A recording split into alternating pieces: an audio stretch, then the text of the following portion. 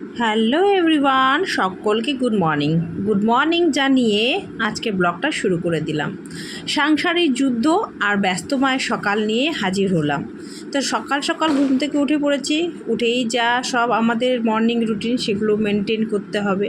তো চলো আজকে সেটাই তোমাদের সঙ্গে তুলে ধরি। প্রত্যেক দিন মোটামুটি একই রকমই রুটিন থাকে। তোমরা যারা প্রত্যেক দিন ভিডিও দেখো তারা জানো, তবুও আরেকবার তোমাদের সঙ্গে শেয়ার করে নিচ্ছি।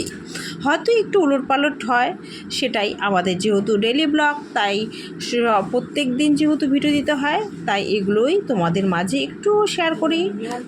এদিকে ছেলেও উঠে গেছে, তো সকালের যে বিস্কুট আর হরলিক্স ওকে দিয়ে দিই, সেটা খেয়ে নেক, আর বাদবাকি কাজগুলো আমি করতে থাকি। আর নিজে তো কিচ্ছু নিয়ে খাবে না, এইটাই হচ্ছে ওর বদ অভ্যাস। আর নিজে কিন্তু মুখ ফুটে একবারও বলবেও না যে আমাকে একটু খেতে দাও। এরকমই আমার ছেলেটা হয়েছে, জানো তো, অভ্যেসটা খুবই বাজে। কি করব, এই যে ছোটোবেলা থেকে একাই মানুষ হয়েছে, তো আমাদের বাড়িতে আর কোনো বাচ্চা নেই, তাই ওর স্বভাবটা খুব বাজে হয়ে গেছে। তো যাই হোক, ওদিকে ও চলে গেল। তো এখন টেবিলটা একটু মুছে নিই, প্রত্যেক দিনই মোছা থাকে, তবু আরেকবার ক্লিন করে নিলাম। সবাই যেহেতু চা খাওয়া হয়ে গেছে। ঘুম থেকে ওঠা মানে সংসারের যুদ্ধ। কার্গিলের যুদ্ধে যেমন গোলা বারুদ দিয়ে শুরু হয়, আর আমাদের যুদ্ধ হয় ঝাড়ু ঝাঁটা নিয়ে, হাতা খুন্তি নিয়ে, তাই তো। তো এই যে একটার পর একটা কাজ ঝটপট কিন্তু করে নিতে হবে। আর যেহেতু বাইরে বেরোই, তাই কিন্তু সব বাধা ধরা থাকে।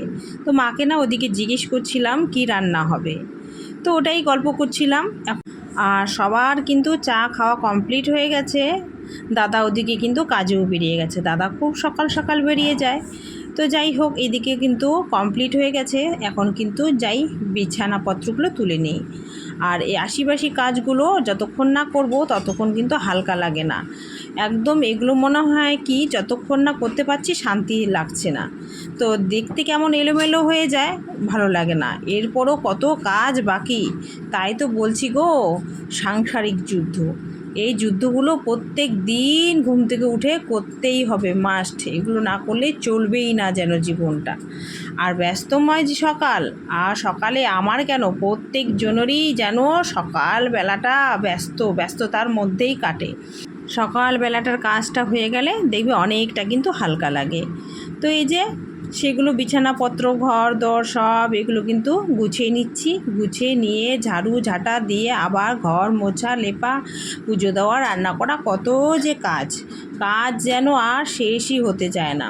প্রত্যেক দিন একই কাজ করতে করতে অনেক সময় আমার তো বোর লেগে যায়। তোমাদের কি এরকমটা হয়? অবশ্যই কিন্তু কমেন্টে জানাবে।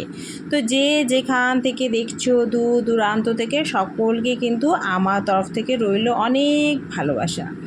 আর যারা এখনও নতুন বন্ধু আছো, যারা সাবস্ক্রাইব করোনি, তারা ঝটপট একটু বন্ধু করে নাও। আর আমিও কিন্তু বন্ধু বানিয়ে নেব। হয়তো একটু সময় লাগবে, কিন্তু দুঃখ পেও না, কষ্ট পেও না, আমি কিন্তু অবশ্যই তোমাকে বন্ধু বানিয়ে নেব। তো এদিকে কিন্তু গোছানো হয়ে গেছে, তো বিছানাপত্রটাও করে নিলাম। আর সকালবেলাটা সত্যি আমার খুব তাড়া থাকে, জানো তো। একটু যে শান্তি মতো করে নিব, ধীর স্থির করে নিব, তা কিন্তু হবার নয়। ওই যে সোমবার করে ছুটি নিই, বাকি দিনগুলো তো দৌড়াতেই হয় আমার। তো ওদিকটা হয়ে গেল। এই যে ঝাড়ু ঝাঁটা নিয়ে চলছে আমার যুদ্ধ। এগুলো ক্লিন করে ঝাড়ু দিয়ে নিচ্ছি, আর একটু তাড়াতাড়ি করে নিচ্ছি। আর ভাগ্নির যে বাচ্চাটা পুচকুটা ও আছে, ও হাঁটাহাঁটি করে, তখন না ভালোভাবে ঝাড় দেওয়া যায় না, কেন ও হাঁটাচলা করতে থাকে, তো তাই ও না একটু বাইরে গেছে, তাই আমি ঝটপট ঘর বাড়িগুলো একটু পরিষ্কার করে নিচ্ছি। আর আজকে একটু ক্যামেরাবন্দি করে নিচ্ছি। সকালবেলাটা খুব একটা আমার ক্যামেরাবন্দি করা হয় না, তো একটু আজকে সুযোগ পেয়েছি, তাই করে নিচ্ছি। আর আমাদের তো জয়েন্ট ফ্যামিলিতে তো জানোই অনেক লোকজন, তার মধ্যে যদি আসে গেস্ট, তাহলে ভাবতেই পারছো কত লোকজন। তো এইদিকে কথা বলতে বলতে চলে এলাম কুয়োর পাড়ে। দেখতেই পাচ্ছ চায়ের বাসনপত্রগুলো ধুয়ে নিচ্ছি। এর আগেও কিন্তু বাসন ধোয়া হয়েছিল, তা টুকিটাকি আছে, সেটাও হচ্ছে স্নানের আগে মেজে নিচ্ছি। তারপর এই যে ক্লিন করতে চলে এলাম। তো বাবুকে বলেছি, বাবু একটু ক্যামেরাটা ধরে দে। আর কে ধরে দেবে বল? তো ওই যে দেখতেই পাচ্ছ আয়নার মধ্যে আমার ছেলে একটু ক্যামেরা করে দিচ্ছে। ও তো ধরতেই চায় না, জোর জবরদস্তি করে একটু বললাম, বাবু একটু ক্লিক করে দে। তো যাই হোক, ঘরদোরগুলো সম্পূর্ণ মুছে নিলাম। আর যেহেতু দিদি নেই, তো তাই সবটাই করতে হচ্ছে। দিদি থাকলে দিদিও আমি মা সবাই মিলে করে নেই। তো ওই যে আগের দিন বলেছিলাম দিদি বাপের বাড়ি গেছে, কাকা মারা গেছে আর কি। এদিকে মুছে নিয়েছি, ঝড়ের গতিতে সবটা টুকটুক করে কিন্তু করে নিলাম। সব বাড়িঘর কিন্তু এই যে ক্লিন করে নিয়েছি, সব মোছা ধোয়া শেষ। তারপর তো এখন যাব স্নানে। স্নানের আগে এই যে কাপড়গুলো কেচে নিচ্ছি। প্রত্যেক দিন ধোয়া কাচা তো থাকবেই, আর যেহেতু ওরা নেই বললাম যে তাই না ঝটপট কাজগুলো সেরে নিচ্ছি। ওরা থাকলে আরও লেট হয়ে যায়, তাই স্নান করে আবার পুজো দিতে হবে, আবার রান্নাঘরেও যেতে হবে। ভাবো কতটা কাজ থাকে, আর তীরের গতিতে আমাকে চলতে হয়। তাই এগুলো সাংসারিক যুদ্ধ বলবো না তো কী বলবো বলো তো? তোমাদের কি মনে হয় যুদ্ধ চলে কি না সকালবেলাটা? আর সকালের এই যে ব্যস্তময় সকাল, তাই তোমাদের সঙ্গে একটু তুলে ধরলাম। তো কেমন লাগলো আজকের ভিডিও অবশ্যই কিন্তু কমেন্টে জানাবে। আর তোমাদেরও কি এরকম হয় একটু বলবে তো। তো এই সময় করে নিলাম। আমাদের বাড়িতে যে গেস্ট এসছে, ওর বাপের বাড়ি এখানেই, বাপের বাড়িতে কিন্তু থাকে না, আমাদের বাড়িতে থাকে। তো ওরা গেছে 2 ঘন্টার জন্য, ভাবো 2 ঘন্টার জন্য গেছে। ওই সুযোগে আমি বাড়ির সমস্ত কিছু করে নিলাম। এখন সোজা স্নানে চলে যাব, আবার রান্নাবান্নাও আছে, করে নিয়ে তারপর সব কমপ্লিট করতে হবে। ওরা আসলে আবার ক্যাচার ম্যাচার শুরু হয়ে যাবে, তখন আর সব কাজ গন্ডগোল হয়ে যাবে। তাই সব কিছু করে নিলাম। আর বাবুকে পাঠাতে হবে, তাই ও কালকে তো ওকে পাঠায়নি, প্রচণ্ড গরম ছিল বলে। তো আজকে আর ওকে রাখবো না, তোকে বলেছি তুই স্কুলে চলে যা।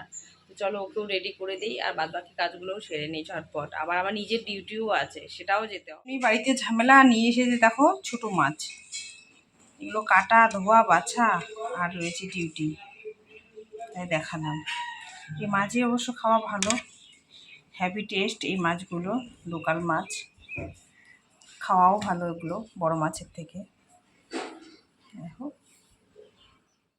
প্রচণ্ড রৌদ্র, তাকানো যাচ্ছে না। তো ওই যে বেরিয়ে পড়লাম বাড়ির কাজকর্ম সেরে। তো দাঁড়িয়ে আছি, স্কুটি স্টার্ট করবে তাই। বৃষ্টি কমলো তো রৌদ্র, খাখা রৌদ্র উঠে গেল। তো যাবো এখন প্রত্যেক দিনের মতো রুটিন মেনটেন করতে।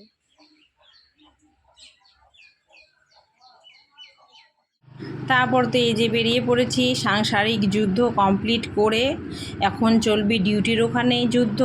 ওই কাজকর্ম সারবো, সেরে এসেও কিন্তু শান্তি পাবো না। এসে কিন্তু রাত্রিবেলা আবার সেই আমাকে রান্নাঘরে যুদ্ধ করতে হবে। সত্যি সকালবেলাটা এত ব্যস্ত মানে কাটে কি আর বলি। তো তারপর সন্ধেবেলা চলে এলাম, ছেলেও গিয়েছিল টিউশন। তো রাস্তায় দেখা হয়ে গেল, আমিও ছুটি হয়ে গেল, ওরও ছুটি হয়ে গেল, দেখা হয়ে গেল। তারপর তো এই যে ফুচকা খাওয়া চাই, তো ফুচকা চা দুটোই খাওয়া হলো। তো খেতে খুবই ভালোবাসে, তো দই ফুচকাও নিয়েছিলাম, আর টক ফুচকাও খেয়েছিল।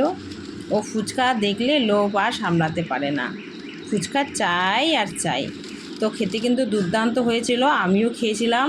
এই দোকানে দেখেছো যে গ্লাভস পরে কিন্তু ফুচকা বানায়, আর তাই কিন্তু খুব তৃপ্তিভাবে খাই। পুরী থেকে এসেছি, এখন যাচ্ছি হচ্ছে প্রসাদ খেতে। লোকনাথ বাবার পুজো হয়েছে পাড়ায়, নেমন্তন্ন করে গেছে। তো যাই, আমি আর ভাগ্নি যাব, তো বাড়ি আর কেউ যাবে না। তো যাই, তো এসে তারপরে একবারে চেঞ্জ করব, কারণ এখন যদি না যাই পরে আর কিন্তু যাওয়া হবে না। রান্নাবান্নার ব্যাপার আছে, শুধু ব্যাগটা রাখলাম, সব ব্যাগটা রেখেই কিন্তু বেরিয়ে যাচ্ছি। আমি আর ভাগ্নি চললাম, আর পুচকিটা বাড়িতেই আছে, ওকে আর নিলাম না। যাব জাস্ট ঠাকুরের দর্শন করব, একটু প্রসাদ দিব, চলে আসব। তাই ঠাকুরেরও দর্শন তোমাদেরকে একটু করিয়ে দিলাম। আজকের ভিডিও কেমন লাগলো অবশ্যই কমেন্টে জানাবে, আর হাইপ করতে ভুলো না প্লিজ বন্ধুরা। তো আজকের মতো এখানেই বিদায় নিচ্ছি। সকলে ভালো থাকবে, সুস্থ থাকবে, সকলকে টাটা, গুড নাইট।